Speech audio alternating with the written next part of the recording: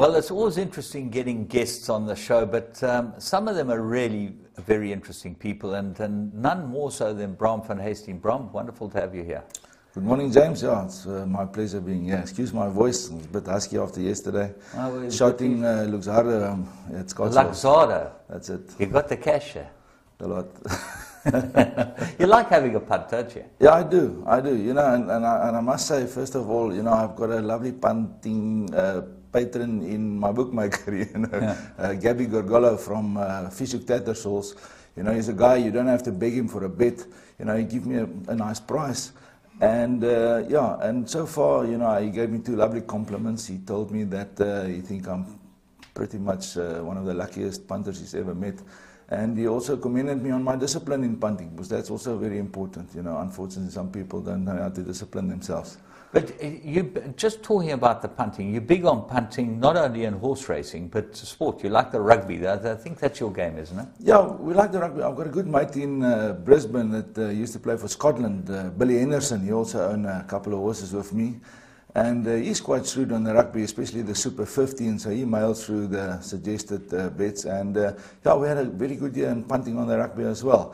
But I think obviously if with his knowledge, that gave us a bit of an advance maybe on the bookies. Where did you meet Billy Henderson? Because he's been a mate of mine, as you know, for many, many years. Yeah, no, I met Billy on a golf tour probably about 10 years ago. I was quite friendly with the guys of Dermalogica, and we go on a golf tour in some other place in the world every year. And me and Billy, you know, we quickly realized that we're birds of the same feather, you know, and we enjoyed just spending time together. And then one day, Billy was on holiday in Cape Town, and he invited me for breakfast, and he asked me what I'm doing that afternoon, and I said I'm going to the Beck Dispersal Sale. And he's never owned a horse in his life, and he asked me if he could join me. And we ended up buying 4 horses, and we've been very lucky. 3 of the 4 horses has been multiple winners already. So you didn't know him as a property man, which is what his business is, and he in South Africa you didn't know him before he went to Australia? Not at all. You know, he was very unsuspecting sort of guy, you know, and we didn't talk much business as such, but as we got to know each other and we were sharing a common interest, you know, I got to know more about what he's doing in Brisbane in terms of building office blocks, etc. And then I also got involved with him in his business.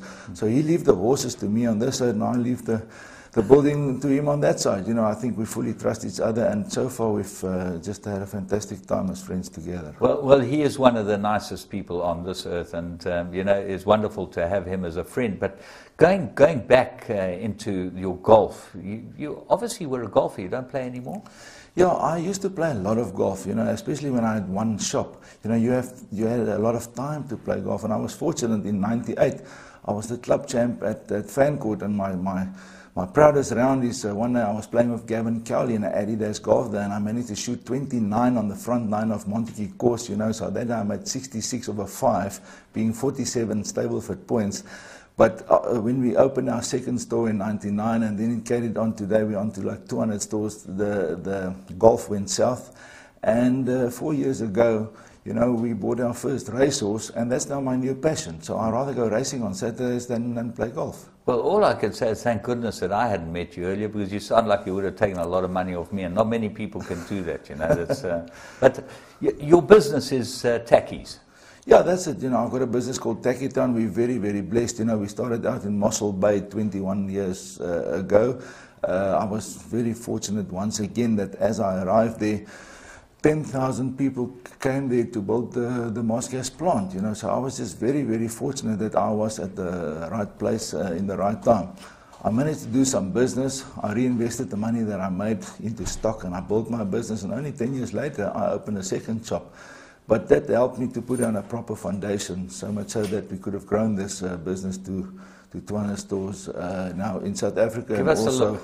Give us a look. Put up the alleys. Well, yeah, I'll try to do that, but check these alleys. Have you ever seen a set of alleys like that? I don't know. We can get that. It goes with my colours, you know. Mummy. If you see our colours, it's more or less the same. So all your colours. I think I just pulled my hamstring, but I do a bit of walking in the morning. You know, we say our biggest wealth is our health, and that's also a very important part of my life, is to exercise every day. Why Takkies, Bram? Because you obviously, how did you come across Takkies? You know, what was your upbringing to get you involved in that? Yeah, no, my mother had a ladies' boutique, and she taught us business. And, you know, I had this shop in Mossel Bay that was selling all sorts of clothing, mainly for the black market. But only after that business went a little bit quiet. You know, we got more into the sports brands and the sports wear. And, you know, once again, I think I just stumbled across something. You know, I was with my good friend Martin Neft in Port Elizabeth, and I went to see the Caterpillar agent. And I had 2 shops at the time, and he put a deal on the table with some samples of Caterpillar shoes, and I saw there was like 12,000 shoes in this parcel, and I made him an offer for the lot. In fact, I told him I'll give you 1.2 million for the whole lot. And he looked at me and he said to me, "You must be crazy," you know. And then I thought, well, I think I am, but how am I going to pay this man if he say yes? You know? But he accepted my offer. I had to run around. I had 24 hours to find the money, but I had a odd flat here and a thing there, you know, sort of thing. And I managed to get it together. I bought those shoes. We wholesaled it. And then we started to open shops, you know, and that was pretty much the beginning of the Tekkie business.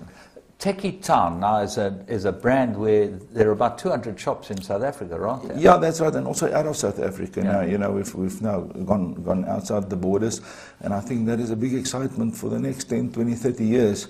You know, so my children must know they mustn't think they're going to retire, they're going to work. You know, there's a big job to be done. And like you see these days, all the international brands, Cotton On, Walmart, Zara's, these people, they're all coming to South Africa to use that as a springboard to get into Africa, because that is the really big emerging market awaiting all of us to come in. Now, are these franchise stores, or do you own them? Do you own them all? Did you ever franchise Tekkie Town? Yeah, we tried a few, but it didn't work. You know, like I always say, the chicken's got to taste the same everywhere. And we tried a few, but we quickly realized that that's not the right way to go. I basically own 90% of the business, and my brother Marius owns 10% of the business, who has also assisted me right from the outset. So yeah, we own the shops, we set the standards, you know, and we put the money in to open the new shops. Entrepreneur of the Year, that is a huge thing for you, because you went over to Monaco to get the prize. How did it happen here? What happened? Yeah, look, it was a very nice accolade, pretty much for our business. You know, I mean, I had to receive the prize, but I'm on behalf of the business very proud of that accolade, because I was nominated last year, you know, with the likes of people like Louis Norville, you know, from Advent, who just sold his whole property portfolio to Hyprop for like the likes of 10 billion rand. And, you know, and being awarded the Entrepreneur of the Year of Southern Africa, for me was something special, you know, and probably just a reward of all the work that we have done over the years. But, you know, it's sadly so always one guy gets the accolade, but obviously it's because I have a fantastic team, you know, that make me look good. You know, it's like the jockeys making you look good when your horses win, eh? Yeah. We make jockeys look good.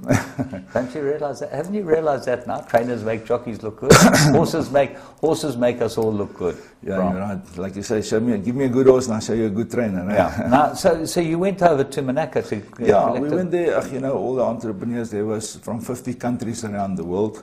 There was in 140 cities, and then they give one award, you know, to the overall World Entrepreneur of the Award, and that award went to one of our fellow Africans, a guy from Kenya, Dr. James Mwangi, who took a bankrupt bank, and today he's got 7 million customers, you know.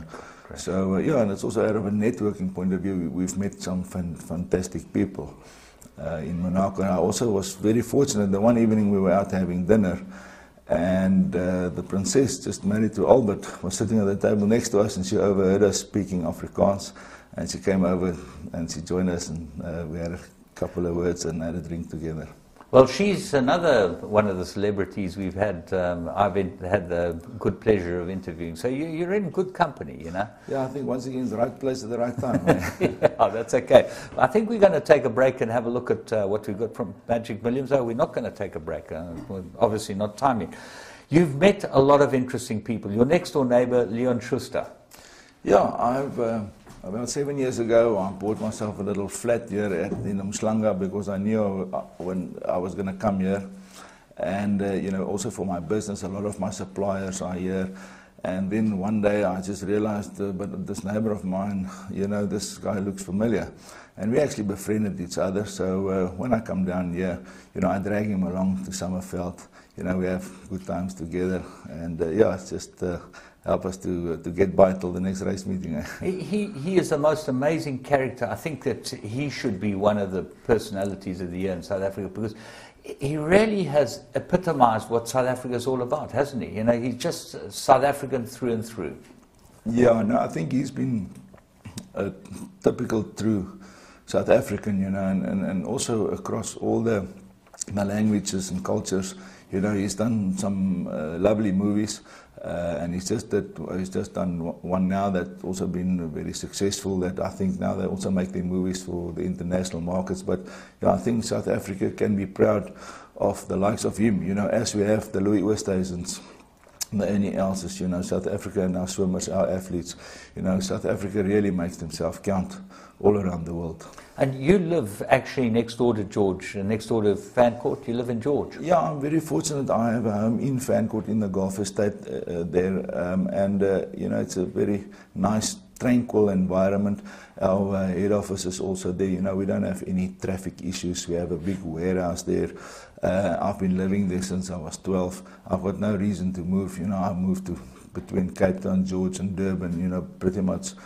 Seeing suppliers, landlords, and obviously the race meeting. And when you want to go and have a bit of fun, you go to Brisbane and find Billy Henderson on his boat. Yeah, find Billy. He's got a lovely boat down the Brisbane Harbour, so we get on there. Oh, he's got a lovely penthouse there on the Gold Coast, so we spend a bit of time there. He was very kind in treating us in New Zealand during the World Cup rugby. He's really a very generous man. Bram, now let's get to the horse side of it. Your daughter is obviously passionate about horses, and was that the sort of introduction? Yeah, I've got a daughter, Bianca. I've got 3 lovely children, Bianca, Lara, and little Bram. And Bianca is the horsey one in the family, and her absolute passion for horses got me into buying my first racehorse. We'll hear about that in a moment. We're going to go and have a look at what Magic Millions have got to show, but we'll be back in a second.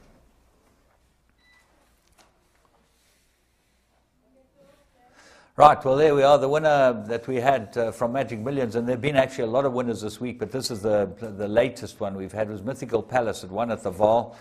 This is a Fusashi Pegasus that was bought at the Gold Coast sale, 30,000 Australian dollars. Mythical Palace looks like quite a nice horse for Sean Terry. Bram, nice to be back with you. And, okay, Bianca was the catalyst. You were driving in the car with Andy Williams. What happened? Yeah, well, let me just go back maybe one step. My daughter being so passionate about horses, wanted to buy a pony. And I told her that I wasn't going to buy her this pony. She got to buy it herself. So what she did, she went to buy like a packet of sweets, say for 10 rand. She broke it up. She sold them like separate. She came home with 30 rand. So I thought, that's my goal, if you carry on like this. But like 2 days later, I had a call from the principal of the school. Their tuck shop is taking a bit of a hiding. So I realized we got to do one or two things. We got to either buy the tuck shop. Now that was not an option because that wouldn't go. And secondly, we got to find something else. And then we realized I had a lot of reject shoes. And she suggested, and I suggested that maybe we should look at that. And she started a little business called Die Stukkende Skoen, let's say the broken shoe. And she started selling my reject shoes. And very quickly she built up a fantastic business. So much so that she had quite a bit of money in the bank. She managed to buy the pony, she bought the saddle, she paid the keep, everything. And she had a bit of money left. Now, I think that's what started the trouble. I was with Andy Williams driving down to Margate to go and play a game of golf. How did you find Andy Williams? Yeah. Well, I found Andy Williams 20 years ago. We had this annual Southern Challenge. It's a Southern Cape Nomads playing the Southern Natal Nomads. And obviously myself and Andy are always looking for somebody to take a bet, and obviously we got hold of each other, and the rest is history. So we were driving down, and Andy got this call over his speakerphone about this guy that, I think he bought his own horse back at the auction, and then being a Caesar filly, and